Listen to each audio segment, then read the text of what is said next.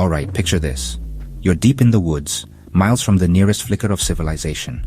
No cell service, no distant streetlights, just the raw, untamed wilderness surrounding you. It's just you, your friends, and the flickering campfire, casting dancing shadows on the trees, the darkness pressing in from every direction, a silent, watchful presence. The kind of darkness that seems to have its own weight.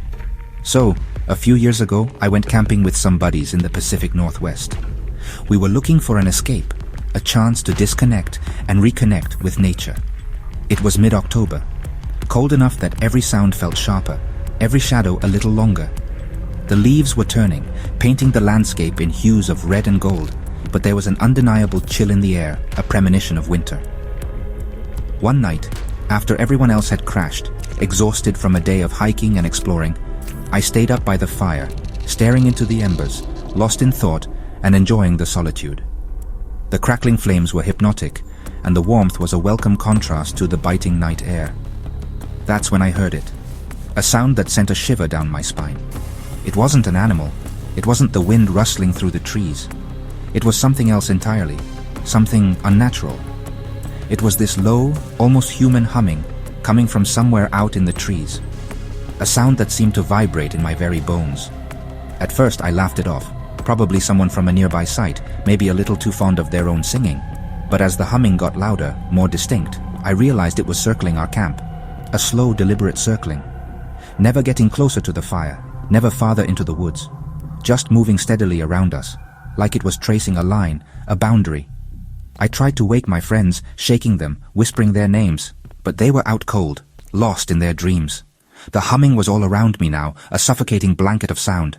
I grabbed my flashlight and pointed it between the trees, the beam cutting through the darkness, but all I saw were branches and fog, swirling and obscuring everything. Then, out of nowhere, in the periphery of the light, I caught a glimpse, just for a second, of something pale, something that didn't belong, not white, but the color of bone, like old ivory bleached by the sun. It was tall, impossibly thin, almost skeletal, with arms that hung down past its knees, like elongated branches. Its head was tilted at an unnatural angle, like it was listening intently to something I couldn't hear. And then, just as suddenly as it appeared, it stopped. The humming, the movement, the feeling of being watched, gone, replaced by an unnerving silence.